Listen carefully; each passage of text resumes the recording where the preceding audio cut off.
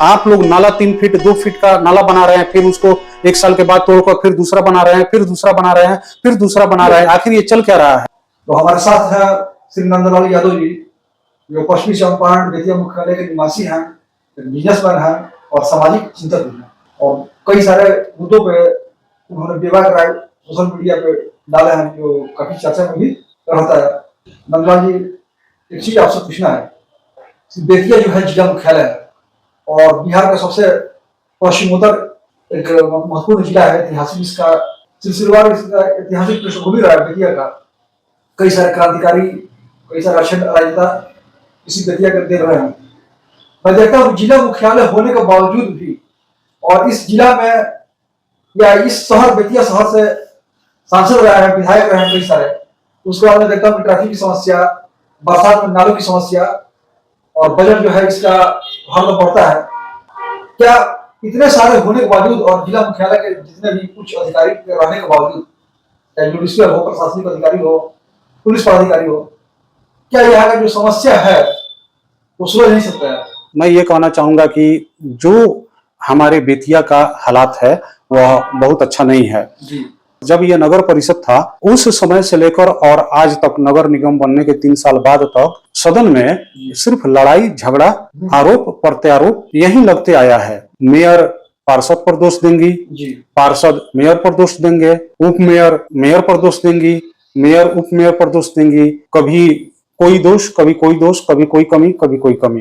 यानी कि आरोप और प्रत्यारोप के बीच में यह नगर पिसते चला आया है और यही कारण है कि हमारे बेतिया का आज तक जो डेवलपमेंट होना चाहिए वह नहीं हो पाया है। सड़क का स्थिति जो बेतिया आते हैं या बेतिया में रहते हैं उनको बहुत अच्छी तरह से पता है कि हमारे बेतिया की स्थिति काफी खराब है। सड़कों का हाल खराब है, नाली का हाल खराब है और पेयजल की भी समस्या है।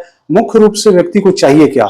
नाली चाहिए, स्वास्थ्य चाहिए, ड्रेनेज जो होता है सिस्टम वो चाहिए, पानी की निकासी, विद्यालय चाहिए जहां बच्चों की शिक्षा हो। ये जो मूलभूत सुविधाएं हैं वह बेतिया में नदारद हैं। अगर कोई कहता है कि बहुत सारी सुविधाएं हैं तो आकर एक बार मुझसे बात कर ले और गिनवा दे कि कौन कौन सी सुविधाएं हैं। ऐसा नहीं है, बेतिया वासी इस चीज को जानते हैं, देखते हैं। अब बात ये रही कि आपके लड़ाई से, आपके झगड़े से बेतिया वासी क्यों मतलब रखें और उन्होंने क्या आपको वोट देकर गलती की है? उन्होंने इसलिए आपको वोट नहीं किया था कि आप अपने लड़ाई में हमारी बुनियादी सुविधाएं हैं उसको खा जाएं। आपने सारी चीजों को खा गया। आपने विद्यालय पर ध्यान नहीं दिया, आपने स्वास्थ्य पर ध्यान नहीं दिया, आपने नाली पर ध्यान नहीं दिया, आपने पेयजल पर ध्यान नहीं दिया, आपने सड़क पर ध्यान नहीं दिया। किसी चीज पर 3 साल का जो नगर निगम का विकास है क्या यही होना चाहिए? आपकी बातों से या यहाँ का माहौल में देखता हूँ, सोशल मीडिया पे पढ़ता हूँ, तो यही लगता है कि लड़ाई जो है वो वर्चस्व की लड़ाई है, न कि अपने शहर को साफ सुथरा और ढंग से रखने की लड़ाई है। जनता की जो मूलभूत आवश्यकताएं हैं, जैसे कि ड्रेनेज सिस्टम हो गया, ट्रैफिक का समस्या हो गया कि स्कूली बच्चों को सड़क पार करने में दिक्कतें न हो, इन सब बातों को दरकिनार करके पता नहीं कौन सी ये लोग लड़ाई लड़ रहे हैं, निदान कुछ नहीं कर रहा है और बजट साल दर साल इनका बढ़ते ही जा रहा है। जैसा कि मैं जानता हूँ, सुनने में आया कैसी लड़ाइयाँ है कि जहाँ पर शहर के विकास से कोई मतलब ही नहीं है और ये लोग लड़ रहे हैं शहर के विकास के नाम पे। मैं वही चीज बता रहा हूँ कि आपके लड़ाई से मुझे क्या मतलब? हमने आपको वोट लड़ने के लिए नहीं दिया था। हमने आपको मेयर, उप मेयर या पार्षद लड़ाई करने के लिए नहीं बनाया था। हमने आपको दिया था कि हमारे क्षेत्र का विकास होगा, लेकिन आप सभी ने उस पर खरा नहीं उतरा। आपके लड़ाई से जनता को कोई लेना देना नहीं है। उनको जो मूलभूत सुविधाएं हैं वहीं आप मुहैया कराइए। अभी भी समय है, अगर आप नहीं कराएंगे तो जनता आपको नकार देगी। और आप में मैं आपको बता देता हूं, इतना शक्ति नहीं है, इतना पैसा नहीं है कि आप बेतिया की जनता को खरीद पाए। तो आप लोग जिस भ्रम में है कि हम खरीद लेंगे, तो इस भ्रम में आप लोग नहीं रहिए। बेतिया का विकास होना चाहिए।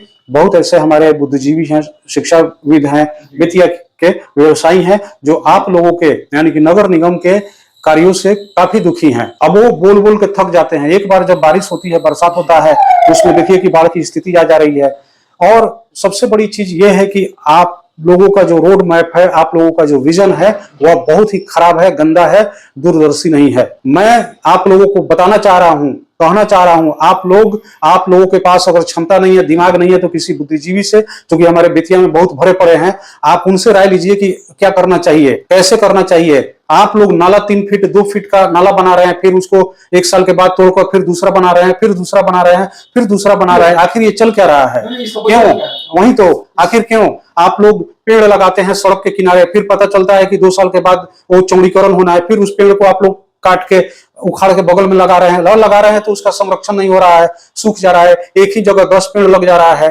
क्यों? आपके पास विजन क्यों नहीं है? क्या आप लोग पढ़े लिखे नहीं हैं? आप लोगों ने दुनिया नहीं देखी है? आप बाहर के शहरों में नहीं गए हैं, दूसरे राज्यों में नहीं गए हैं? वहां जाकर देखिए, हर चीज की एक सिस्टमेटिक उसका रूप है, आप लोगों के पास नहीं है। आखिर क्यों? और हमारी ये बेतिया, कहिए कि चंपारण की भोली भाली जनता आप लोगों के इस गुनाहों को एकदम झेल रही है कि हम कैसे इनको बर्दाश्त कर रहे हैं। आप लोगों को शर्म आनी चाहिए कि आप लोग पढ़े लिखे होकर भी दूरदर्शी नहीं है। शर्म आती है। हमारे सोशल मीडिया पर कई ऐसा कमेंट आता है कि हम लोग इन लोगों के कार्यकलाप से काफी दुखी हैं।